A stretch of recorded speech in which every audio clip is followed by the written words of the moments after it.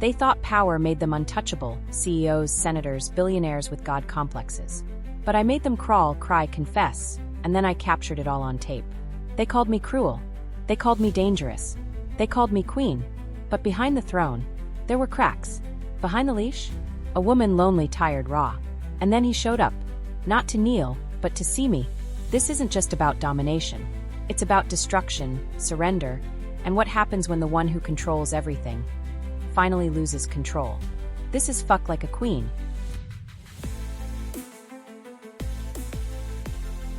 Welcome to the Skillful Art of Manipulation podcast. If you haven't already, please consider following us on your favorite podcast platform. Today we present to you Fuck Like a Queen. Let's dive into this thrilling narrative together.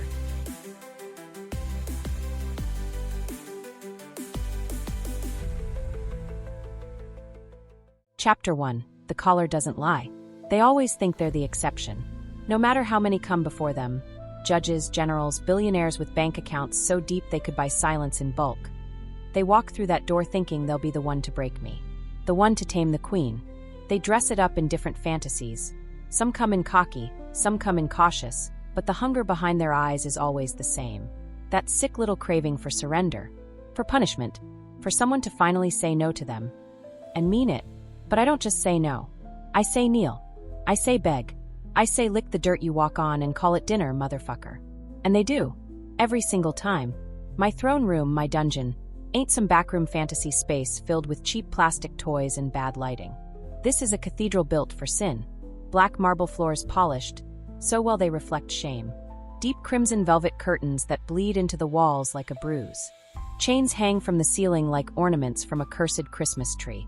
There's a cross, St. Andrew's to be exact. In the back, its wooden beams stained from more than just sweat. My toys are displayed like relics in a museum. Leather, metal, rubber, silicone, each one with a history, each one baptized in screams. And in the middle of it all, the throne. Black velvet, carved obsidian arms, spiked chrome trim. A piece of art. A warning. I sit in it like I was born in it, legs wide, posture regal, gaze that slices through souls.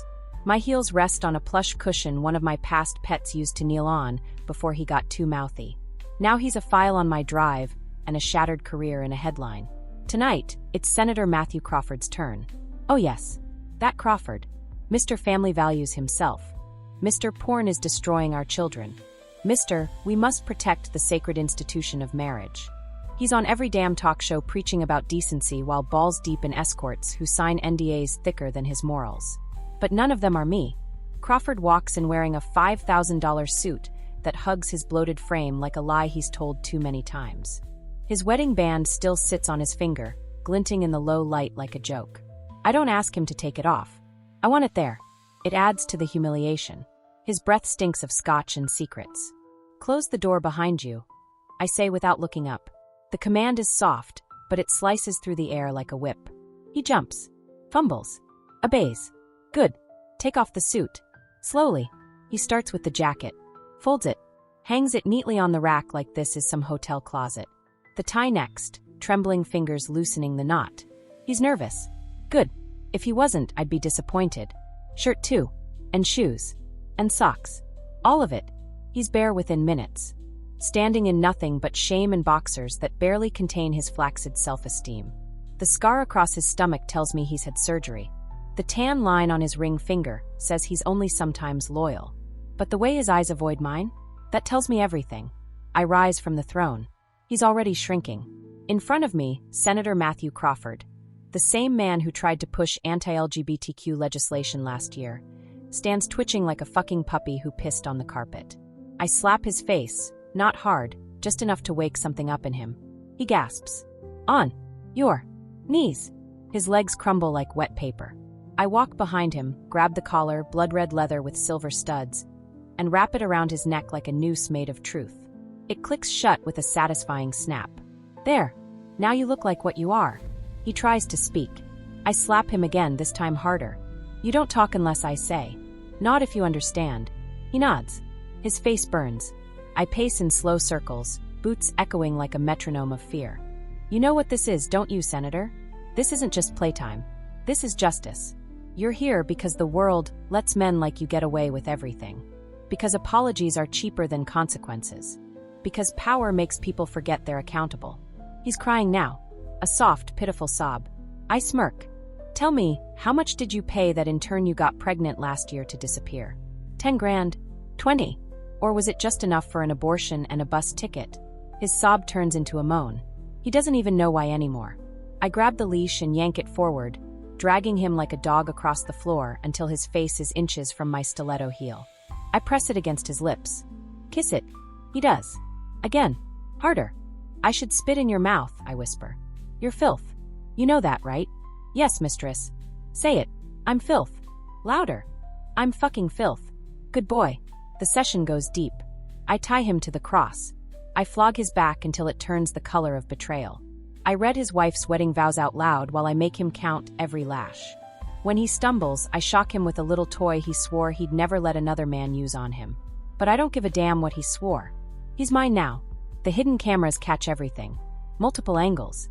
Crisp sound. The moment he called me mommy. The moment he begged me to forgive him for sins I never asked him to confess. The moment I made him bark for his kids' names. Then gagged him for every single one. 2 hours later, I untie him. He collapses like a marionette with cut strings. I hand him a towel and a glass of water. My voice returns to neutral, almost sweet. You'll remember this pain every time you open your mouth to speak on morality, Senator. He nods, unable to meet my eyes. They never can. You'll get a copy of the footage via burner account. I continue. One wrong move. One more lie. And the world will know what you really are. He tries to thank me. I laugh. Thank your wife. She booked the session. His eyes widen. But I don't give him time to spiral. I walk away, boots clicking like the last words in a courtroom. Back in my penthouse, I upload the footage. Encrypt it. Tag it. Crawford Matthew. Level 5 humiliation. One more piece in the puzzle. One more fallen titan. I take a long bath, surrounded by steam and silence, and sip wine like a goddess on her altar. The city twinkles beneath me. Somewhere, Crawford is probably praying. Or puking. But I sleep well. Because justice wears heels. And power? Power moans when I say so. They call me cruel. They call me evil. They call me queen. And I fuck like one. Chapter 2. The weakness behind the watch. They never just want the pain. They come asking for discipline, for domination, for a queen to break their pride. But what they really crave is absolution. They want to be fucked clean of their guilt. They want to confess their sins not to a priest, but to me, a woman who wraps chains tighter than wedding rings and makes truth spill faster than semen. I see it in their eyes. That flicker. That need. They need me to decide if they're worth saving or worth destroying. And I always choose the latter. The next morning starts like any other. Coffee. Black. No sugar. Silk robe draped around my shoulders, the color of spilled wine. The city sprawls beneath my penthouse like a whore who knows she's too good to settle down. I sip slow. I scroll through my messages. 3 new session requests. 1 marriage proposal. 2 death threats. Standard fare. But it's the 4th message that makes me pause. Name, Garrett Lennox. Title, CEO of Daxon International. Net worth, $7.4 billion. Request, I want to feel powerless. But I don't want to be humiliated. Just controlled. Note, no recordings. Must sign NDA. I snort. No recordings? Bitch, please. Men like Garrett are my favorite. The ones who think their money can buy immunity. That if they word their fantasy carefully enough, they'll somehow outmaneuver the game I've been playing since before they had their first divorce settlement. He'll be recorded. He'll be cataloged. And he'll be mine. 2 nights later, I meet him at the Astoria Suite. A 5-star hotel dripping in marble, overpriced arrogance, and concierge staff trained to smile through anything. I wear leather gloves and a floor-length black coat. Nothing underneath but lingerie sharp enough to cut bone. My driver, Kane, waits in the car, engine purring like a threat. Garrett opens the door himself. Tall, mid-40s, trim beard, Rolex that screams I exploit overseas labor for a living. And that's the first thing I notice, his watch. Not the gold, not the diamonds. The way his fingers stroke it, like it's an extension of his dick. He gestures inside. His voice is confident. Too confident. Please come in. I don't move. You don't tell me what to do. The look on his face? Priceless. Like someone just slapped the board of directors out of his mouth. Take off the watch. I say. What? The watch. Take it off. Now. There's hesitation, a flicker of resistance, and then compliance. Good. He sets it gently on the table like it's a relic. I walk past him, slow and measured, my heels whispering threats into the carpet. The room is elegant, sterile. Neutral tones. No soul. Just like every corporate merger he's ever orchestrated. You booked a queen, I say, removing my coat and letting it fall to the floor. So act like a subject. He stares at my body, lace curves, leather, dominance incarnate. His jaw tightens. You want to be controlled? I purr, stepping closer. Then let's make one thing very clear. In this room, I own you. Your breath. Your fucking heartbeat. If I say kneel, you hit the floor. If I say bark, you don't even think twice. His nostrils flare. He's aroused. Threatened. Curious. Understood. He nods. Yes, ma'am. Ma'am. Cute. But he'll learn. I tie his hands behind his back with silk rope laced in iron thread. Expensive. Deliberate. Every knot tells a story. One of control. One of seduction. I blindfold him next. Not just for the aesthetic, but because I want him to feel what every underpaid employee in his empire has felt. Unseen. Voiceless. Expendable. I guide him to the edge of the bed and make him kneel. The moment his knees hit the floor, the power shift hits him like a drug. His posture changes. His breath slows. His lips part. I trail my fingers down his chest, nails grazing his skin like threats whispered in foreign tongues. You ever fucked someone just to punish your own sins, Garrett? No, mistress. You will tonight. I slide the riding crop from my bag, black, firm, flexible. I let it trace his jaw. He flinches. Scared. No, mistress. Liar. I strike. Once. Not hard yet, but enough to make him gasp. Enough to make his spine straighten like a man testifying in court under oath. You're not here to be pleased, I murmur. You're here to be purged. The session is methodical. Sensual. Dark. I tie him in positions that strip him of every illusion of dominance. I use heat, ice, pressure. I whisper stock prices in his ear while I edge him until he begs like a man drowning in shame. I carve my initials into his inner thigh, not with a blade, but with a hot wax stamp. He howls. And I smile. At one point he cries. Not from pain, not even from humiliation, but from the unbearable relief of letting go. Men like Garrett spend their lives pretending to be gods. All it takes is 1 hour with me to remind them they're just sinners waiting for a sermon. When I finish with him, I untie the ropes. He's limp, spent, shaking. I remove the blindfold and whisper, You didn't die, Garrett. You just stopped lying to yourself for a few minutes. You should try it more often. He reaches for his watch like a baby reaching for a pacifier. I snatch it before he can touch it. Not yet. You'll get it back when you remember who the fuck you really are. His lips tremble. Who am I, mistress? I kneel beside him, hold the Rolex up to his face. You're a scared little boy who hides behind billion-dollar brands and backdoor deals. A man who's never been loved, only leveraged. A fraud wrapped in flesh. I drop the watch into his open palm like I'm handing him a burden he'll never escape. Now get dressed. Your mask is waiting. Outside, Kane leans against the car, smoke curling from his lips. He raises an eyebrow when he sees me. Another convert? I smirk. Another file. I open my phone and transfer the footage to my encrypted drive. Every angle captured in perfect clarity. His safe word. His tears. His moment of rebirth. Garrett Lennox, level 7 submission. I walk back inside the penthouse, peel off the leather, and step into the shower. The water scalds. Just how I like it. I stand there for 20 minutes, letting the steam wrap around me like armor. My reflection in the mirror doesn't blink. Doesn't break. I don't do this for the money. I don't do this for revenge. I do this because someone has to hold the mirror up to men like Garrett. And say, this is you. Naked. Powerless. Owned. Some people crown themselves with diamonds. Others with gold. But me? I crown myself with their fucking shame. Because I don't just dominate. I redefine the hierarchy. And baby, I don't play the game. I rig it. Chapter 3. The safe word is silence. There's a moment, right after they break, where everything goes still. Not just quiet. Still. Like the world stops breathing. Like time steps back and says, I'll give you a minute, queen. That's the moment I live for. When a man, one who thought his wealth, his title, his testosterone-soaked reputation made him untouchable, looks up at me with red eyes, shaking limbs, and realizes he's not in control of shit. Not his life. Not his secrets. Not his cock. Definitely not me. They always want to believe they're the ones steering the fantasy. That this is a transaction, not a transformation. They say things like, "Don't go too far," or "just enough to feel it," like they've got guardrails on a ride I designed to derail them. But once they kneel, once the leash tightens and the room locks behind them, baby, there's no such thing as just enough. His name is Theo. Tech startup darling. Stanford alum. IPO darling at 28. Magazine covers. TED Talks. The kind of guy people write think pieces about titled, "Is he the next Musk?" No, he's not. He's mine. His email was hesitant. He wrote like he was testing the water with his toe while trying to convince himself he didn't want to jump in all the way. I think I might be interested in a session. Maybe. I've never done this before. I read about you. Your reputation is impressive. I'd like to know more. I responded with one sentence.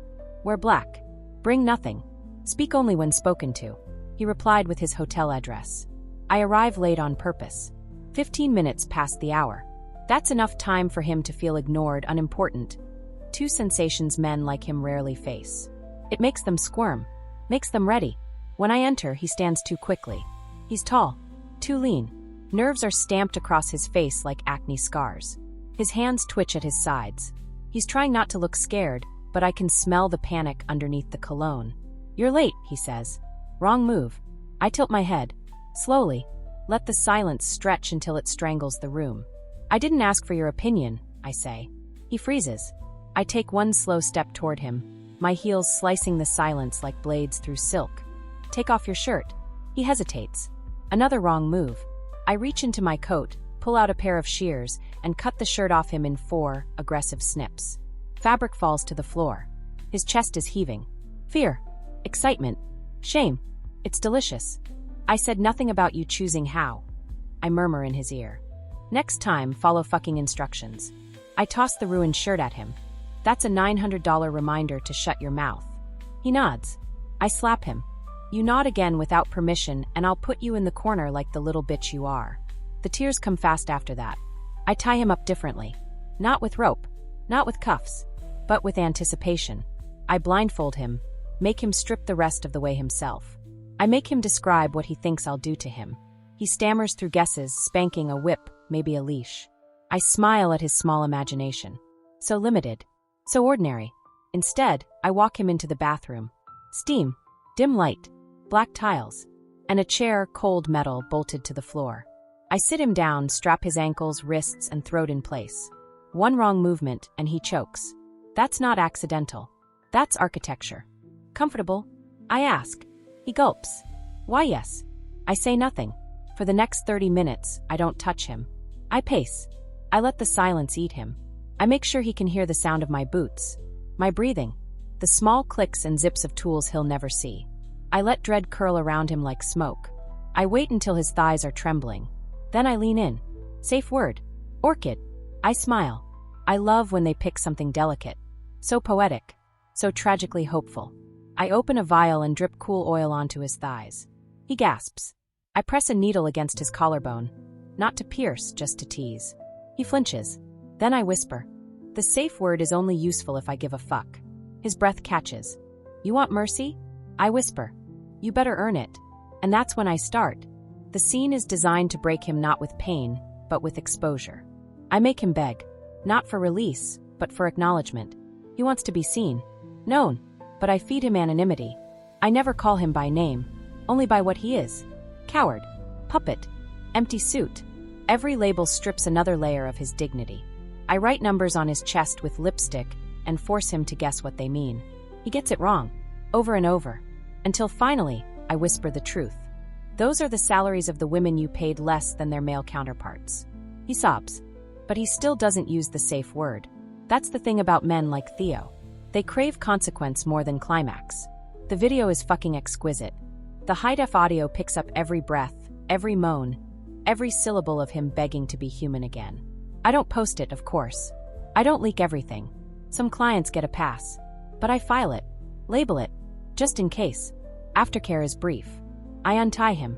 Hand him a warm towel and a bottle of water. He sits on the edge of the tub, limp, drained, eyes swollen from crying. You did well, I say softly. He blinks. I did. You made it through. He smiles, weak. Shaky. I help him dress. Slowly. One sock. One shoe. Button by button. He lets me. It's the only tenderness he's been given in months, maybe years. Before I leave, he stops me at the door. Can I see you again? I pause. Look him dead in the eye. That depends. On what? On whether or not you forget who you are the moment I walk away. Then I'm gone. That night, I sit on my balcony overlooking the skyline. City lights blink like secrets. I sip wine and watch my encrypted server back up Theo's footage. I don't do this to collect dirt. I don't do this to blackmail or destroy. I do it to remind them, every last one of them, that power is an illusion. They think they hold it. They think it's in the money, the name, the suit, the goddamn tech empire. But power? Power sits in a dark room, wearing red lipstick, holding a crop, staring into the souls of liars. Power is me. And tonight, another man learned to fear silence more than pain. Because the safe word was never orchid. The safe word was truth. Chapter 4. Queens don't apologize. Let me tell you something most people won't admit out loud. Power doesn't whisper. It doesn't beg. It doesn't fucking apologize. Power walks in, nails painted blood red, chin high, hips loose, gaze sharp enough to slice your childhood trauma in half, and it dares you to say something. That's what they feel the moment they walk into my presence. The shift. The gravitational pull. It's not about sex. Not entirely. It's about surrendering to something bigger than the illusion they've built around themselves. Because I don't just dominate men. I strip them. Peel them like fruit. Layer by layer. Ego, pride, delusion, and all those tiny lies they tell the world just to keep breathing. I expose what's underneath. And baby, what's underneath is never pretty. Tonight's session is different. It's not a CEO. Not a senator. Not a billionaire with an NDA fetish. It's someone far more dangerous. A man who thinks he's already been broken. His name is Julian. No last name. No business title. No Google trail I could dig through. Just a one-line message sent through encrypted channels. I'm not afraid of you. I want more than pain. I want war. War. I laughed when I read it. I shouldn't have. But arrogance is like perfume. It's everywhere in this line of work. Sometimes the scent is cheap and obvious. Other times, like with Julian, it's complicated. Alluring. Haunting. It sticks to you. Still, I said yes. The room I chose for him wasn't my usual dungeon. I rented a private theater, old, velvet-lined, forgotten. Red walls. A stage still stained with the ghosts of cabaret dancers and failed jazz solos.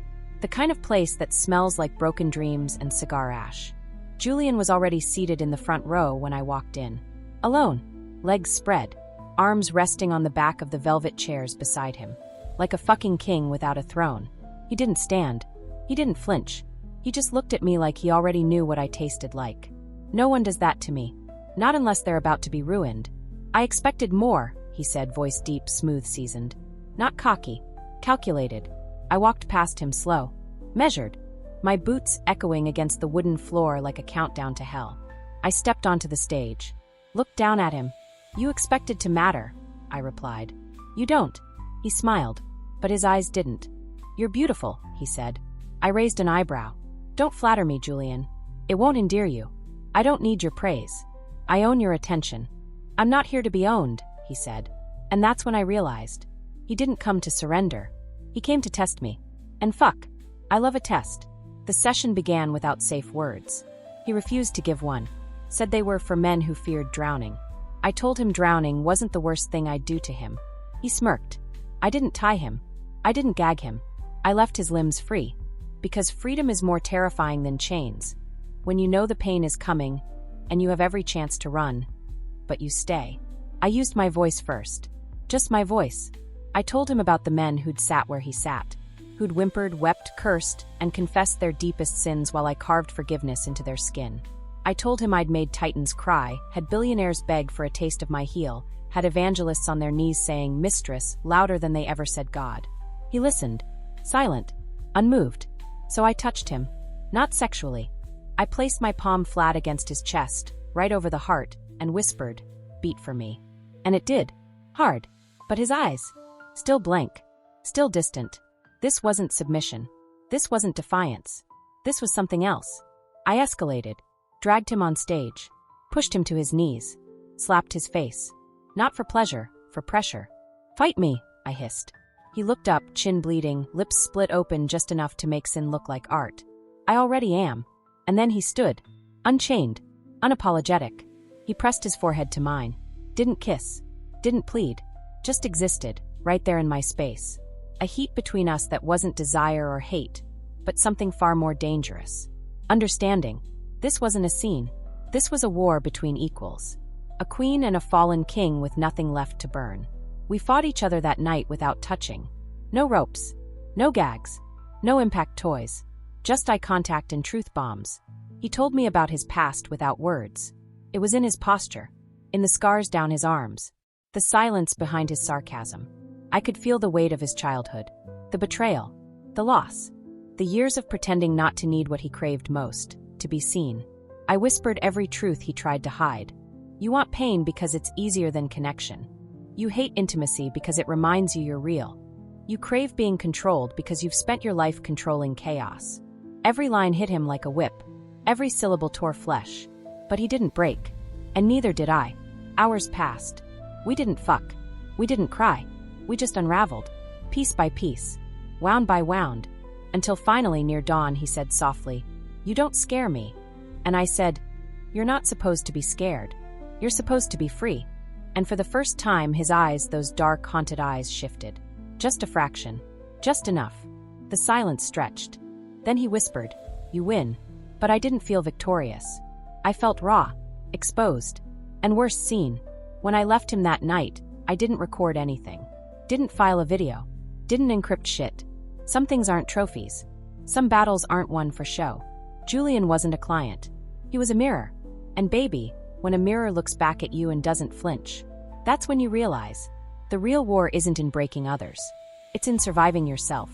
Later, alone in my bed, I stared at the ceiling and whispered the one word I've never said in any of my sessions. Please. No one heard me.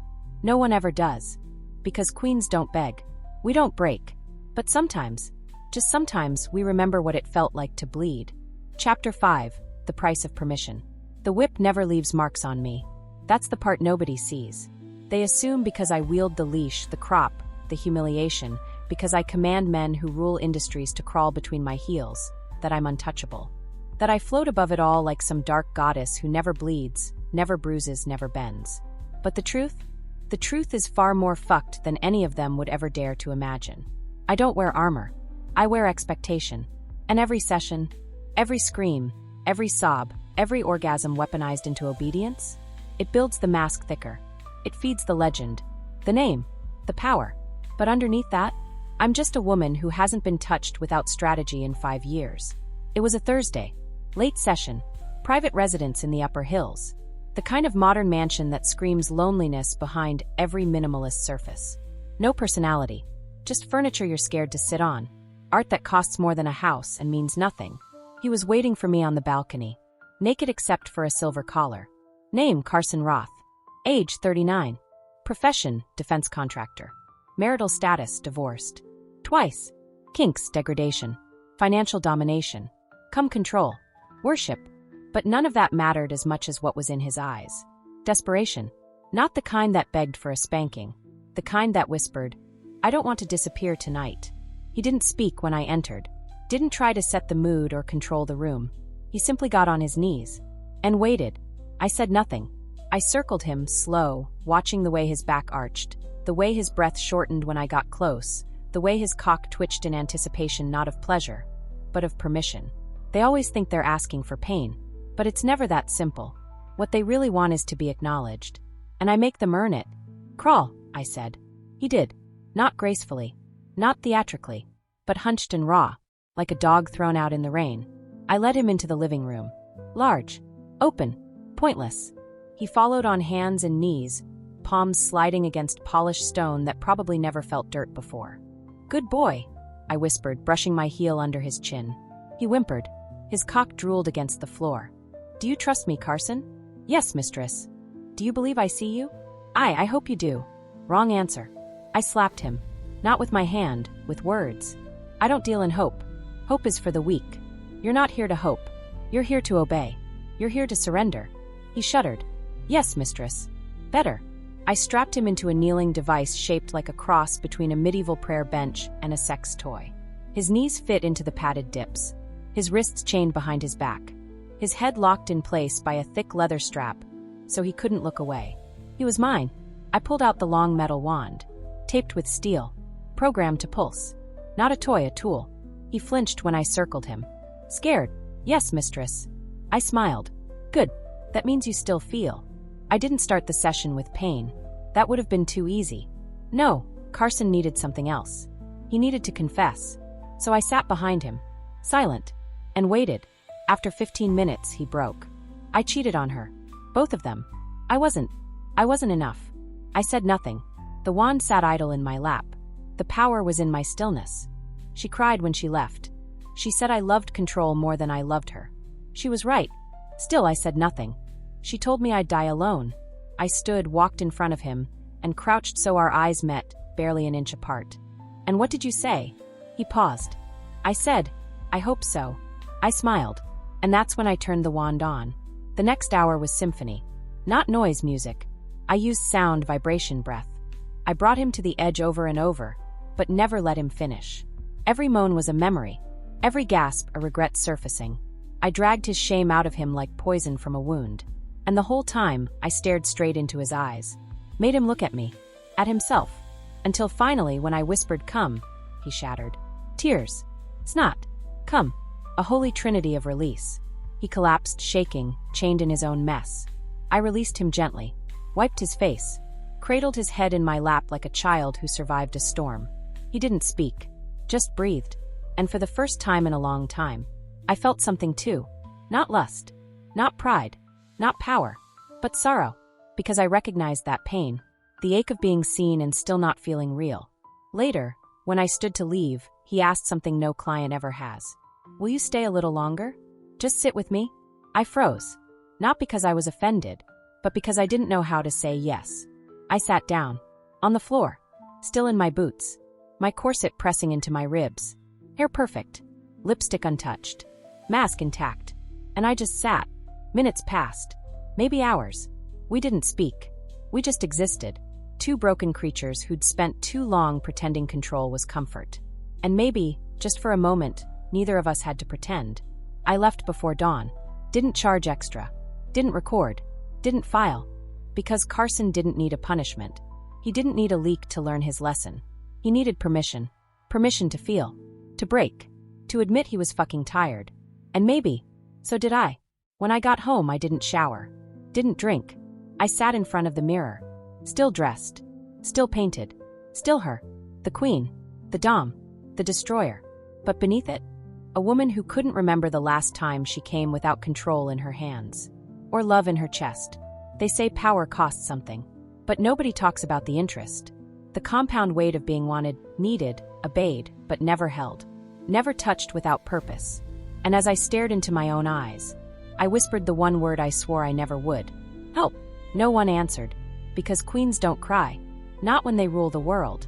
Not when the leash is in their hands. But maybe tomorrow, I'll let someone see the scars I hide underneath the throne. Just for a minute. Just until it hurts less. Chapter 6. The danger of being touched.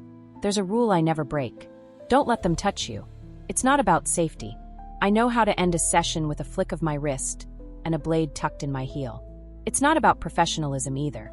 That word died the moment I slapped a Supreme Court judge and made him call me mommy. No, the rule exists because touch is dangerous. Because even the strongest queen can shatter from something as simple as a hand that lingers too long. A breath that brushes too close. A man who doesn't just want to kneel, but wants to understand her. That's the danger. And his name was Eli. I wasn't supposed to take his session. He wasn't rich. He wasn't famous. He wasn't hiding secrets behind a mansion and a marriage license. He was quiet, blue collar, an electrician of all things. He emailed me through a secure channel, said he'd heard about me from someone anonymous, someone he wouldn't name. That should have been enough to turn me away. I'm careful. Always. I vet, I filter, I decide. But something about the tone of his message hit differently. No begging. No bravado. Just this one line. I don't want to be fixed. I just want someone to look at me like I'm not broken. I sat in silence after reading it. For 10 minutes. Then 15. And I said yes. He showed up early. Jeans, a flannel shirt, calloused hands, eyes like the part of a storm that comes after the destruction, when the wind stops but the world is still cracked. "Take off your shoes," I said when I opened the door. He did. "Don't speak unless I say." He nodded. I circled him, as I always do, assessing his body language, his posture, the rhythm of his breath. But Eli was still. Centered. Not afraid. Not aroused. Just present. And somehow, that made me uneasy. I started the session with ropes. Thick hemp. Tight knots. I bound his wrists, his ankles. Forced him to kneel, spread wide, on the floor of my dungeon. The lighting was low, soft red bulbs casting shadows across his skin. I wanted him small. Wanted to see that flicker of resistance, that shift in power that always came when I stepped into my role. But it never came. Eli knelt like he was meditating. Eyes closed. Breath slow. Calm. It pissed me off. "You're not taking this seriously," I snapped. "I am, mistress," he said calmly. "I'm just okay being still." I slapped him. Not hard, enough to mark the air between us. He opened his eyes. And fucking smiled. "You're used to breaking people," he said. "But not everyone who kneels is broken." Something in me trembled. I ignored it. Escalated. Dragged out the impact toys. Leather, rubber, rawhide. I flogged him until his back was red. Until sweat beaded at his temple. But not a single complaint. No flinch. No begging. Just focused silence. "You think you're stronger than me?" I growled, grabbing his jaw. "No," he said calmly. "I just don't need to win." That's when I lost control. I slammed him down. Straddled him. Pressed my boot against his chest. His eyes never left mine. And that was the moment. That fucking moment. Where I felt something snap. Because it wasn't about pain. It wasn't about power. It was about me. And the terrifying realization that he wasn't afraid to see me. I stood, pacing. My chest was tight. I couldn't breathe. He just sat there waiting, like a goddamn storm that refused to move. "You don't know what I've done," I hissed. He shrugged. "You don't know what I've survived." I stared at him, and for the first time in years I felt exposed. Not naked. Not vulnerable in the cute, commercialized way. Fucking exposed. Like every layer I'd built, every calculated word, every sharpened edge, was suddenly transparent. He knelt before me not as a submissive, but as a mirror. And I saw myself. Tired. Angry. Lonely as hell. "Touch me," I whispered. The words escaped before I even meant to say them. He froze. "You said not to." "I know what I fucking said." I snapped. "Touch me." His hand rose, slow, reverent. He brushed his fingers against my cheek, down my jaw, over my collarbone. No lust. No hunger. Just presence. And it wrecked me. I shuddered. My legs gave out. I fell into his lap like a wave collapsing on the shore. And for the first time in forever, I let someone hold me. Not as a fantasy. Not as a queen. But as a woman. We stayed like that for what felt like hours. No sex. No commands. Just skin on skin. Breath on breath. He whispered stories into my hair. About his little sister dying of cancer. About the father who drank himself into a coma. About how he used to cry in power lines during lightning storms just to feel something electric again. And I listened. For once, I didn't speak. Because I didn't have to. When he finally stood to leave, I walked him to the door. He kissed my hand. Not in some submissive gesture. In respect. "You're not as untouchable as you pretend to be," he said softly. "But that doesn't make you weak. It makes you human." I didn't respond. Couldn't. Because if I spoke, I knew my voice would break.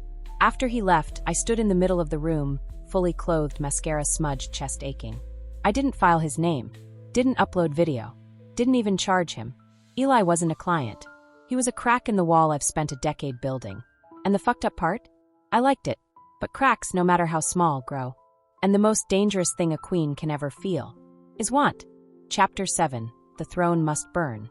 I used to believe power was the destination.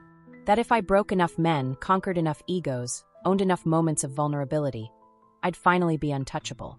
That I could stack their moans and sobs like bricks and build a fortress around the softest parts of me. And for a while it worked. Until I met him. Not Eli. Not Julian. Not Carson. Not Garrett or Crawford or any of the countless souls I'd brought to their knees. Him. The one I never planned for. The one I never invited. The one who didn't kneel at all. Because he didn't need to. He just stood still and watched everything I'd built collapse around me. His name was Maddox. Ex-soldier. ex-husband, ex-fucking everything. The kind of man who didn't show up in expensive suits or with sugar-coated secrets. No tailored trauma, no curated shame, just truth. Raw, blunt, terrifying in its simplicity. He didn't contact me through the usual channels. He didn't request a session. He showed up at one of my underground shows. Uninvited. Front row. Arms crossed. Eyes locked. Everyone else in the audience was squirming. Awestruck. Aroused. Maddox sat still. Silent. Watching like he'd already seen the end of the performance and was just waiting to see how long I could pretend it wasn't over. After the show, he found me in the dressing room. No knock. No apology. Just opened the door and stepped into my space like he was born there. Nice act, he said. I turned, fully nude, unbothered. It's not an act, I replied. It is, he said, voice calm. But you're brilliant at it. I should have thrown him out. Should have barked, snapped, slapped. Instead, I froze. Because deep down, I knew he was right. We didn't fuck that night. We talked. I sat in a silk robe, sipping whiskey. He leaned against the wall, drinking nothing, just watching me unravel without ever laying a hand on me. You like control because it keeps you safe, he said. But it also keeps you alone. I'm not alone, I replied. Name one person who knows your real name. I went silent, and he just nodded. Over the next few weeks, Maddox became a constant. Not in my sessions, not in my dungeon, in my life.